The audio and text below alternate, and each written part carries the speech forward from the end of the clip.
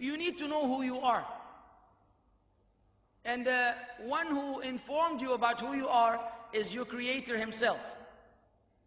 So listen attentively to this ayah, which you've heard before. I'm sure I'm not bringing anything new, but the reminder benefits the believers. فَذَكِّرْ إِنَّ نَفَعَتِ الذِّكْرَى.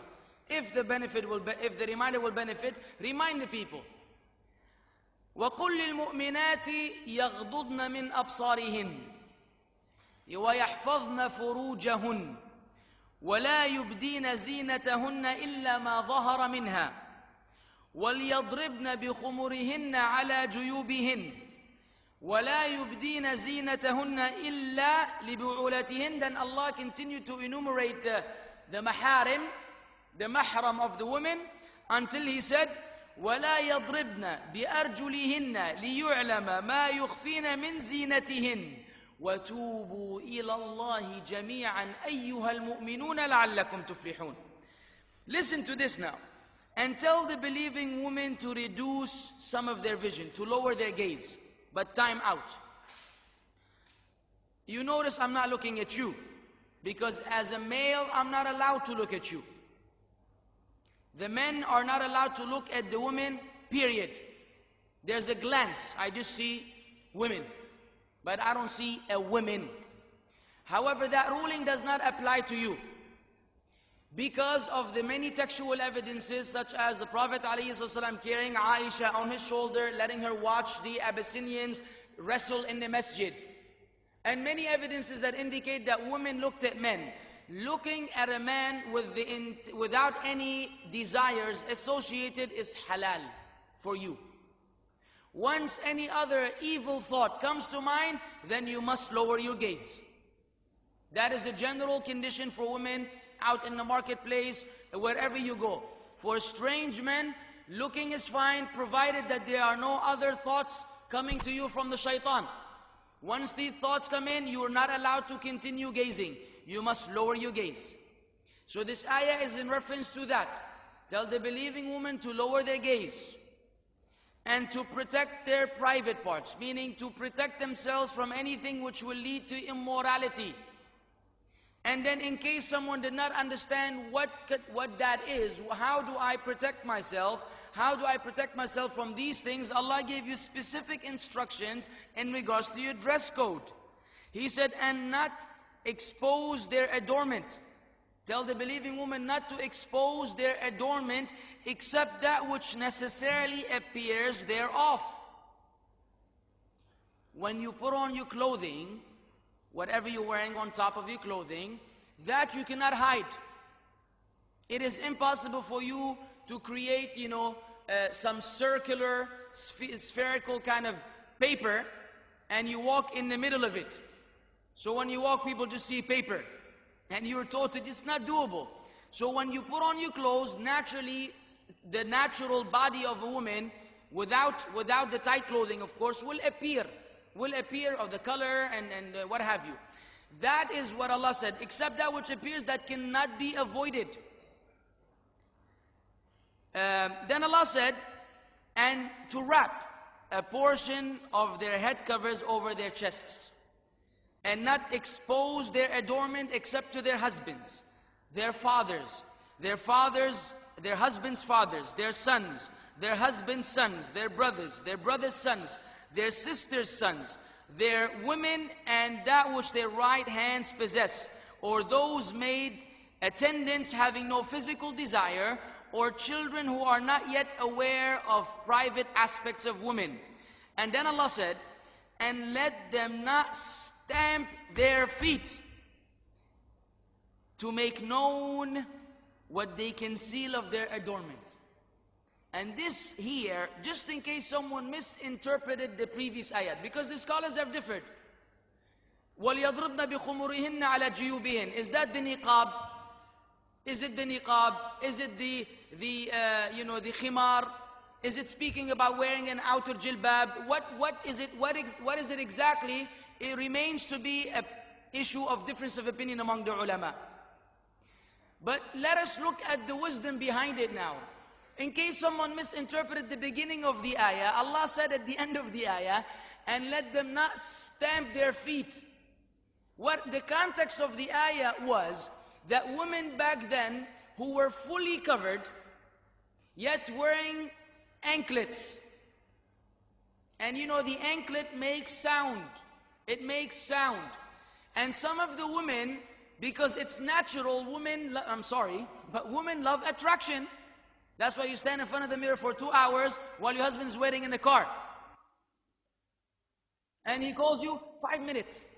5 minutes for 2 hours, 5 minutes. In fixing one hair. If something, who cares? Or at least that's how we feel. To you, this is the most important thing in the world. So because of that natural tendency in women, they wanted that adornment to be heard. Now, if it was appearing, if that was showing, there's no need to make a sound, because men, trust me, they will see it.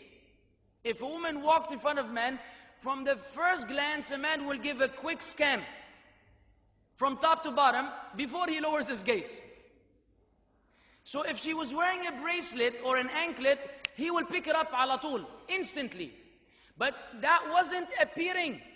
So she had to stamp her feet so men will see that, will visualize that she's wearing an anklet, and that is a form of attraction. It arouses desires. Allah said, do not do so. Do not do so. And then Allah said, because we have all fallen into this in one way or another, automatically tawbah was being offered. And repent to Allah, all of you who have believed, so that you may be successful. Don't do it again. So let's assume that covering the face is not obligatory. And it's a valid position among the ulama, which has its textual evidences. We're not going to debate on that. Still, with that covering, with the uncovering of the face and the hands, everything else has to be in perfect order. So much so that even the stamping of the feet, which may arouse desires, is not allowed. Let alone showing the foot, or showing the leg, or showing the arm, or showing anything else which is way more attracting than the sound of an anklet. Or wearing tight clothing that show the body of the figure. You ask your husband, what is more attractive to you, hearing my anklet or seeing me in a particular kind of dress code? He will give you the answer straightforward. So if that which is less attractive was prohibited, that which is more attractive is prohibited by default. Why? For your good and for our good. So we can all live a normal life. So there will be no cheating, no fornication, no adultery, no children not knowing their parents, no sexually transmitted diseases, no rape, no. All the problems that they suffer from in the world, we will be freed from them as Muslims, simply by adhering to these conjunctions. When we don't, it's a problem. On the other hand, a woman outside will put on her best clothing, look attractive, and the other wife, his wife at home, looks like she just came out of prison. So he goes outside, he sees that which pleases him. He goes home, he sees that which does not please him. Now he doesn't like his wife. And so he goes fetching for a second one. And you don't want him to have a second wife. We know that much. Do something about it. All that beautification and adornment and all these, the things which you spend time doing from your husband at home. Don't go looking good outside and looking bad inside. Because you are paving the way for your husband to lose his attraction towards you and to have to fetch for it somewhere else. And he may find it. And he may go with it. And he may never come back. And so you have a role to play. But we have it backwards. At home you look bad, outside you look good. And your husband is not dumb. He sees this variation in your conduct. And it doesn't make him happy. If he's a real man, if he's a real man with real jealousy, that shouldn't make him happy. Only a strange man would want his wife to look beautiful in front of others and so he can show her off. Only a strange man, who has lost the sense of jealousy that Allah had instilled in us. That's why the Prophet ﷺ said, لا يدخل الجنة الديوث. The man who doesn't have jealousy over his woman, folks, he should not enter paradise. Because he's not a real man. A real man is protective, concerned, back off, stay away. Don't come near my daughter, don't come near my mother, don't come near my wife. Don't look at them, don't do anything. So he has that role to play and you have a role to play as well.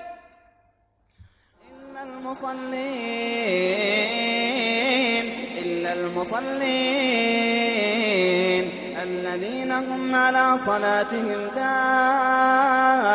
دائمون والذين في أموالهم حق معلوم للسائل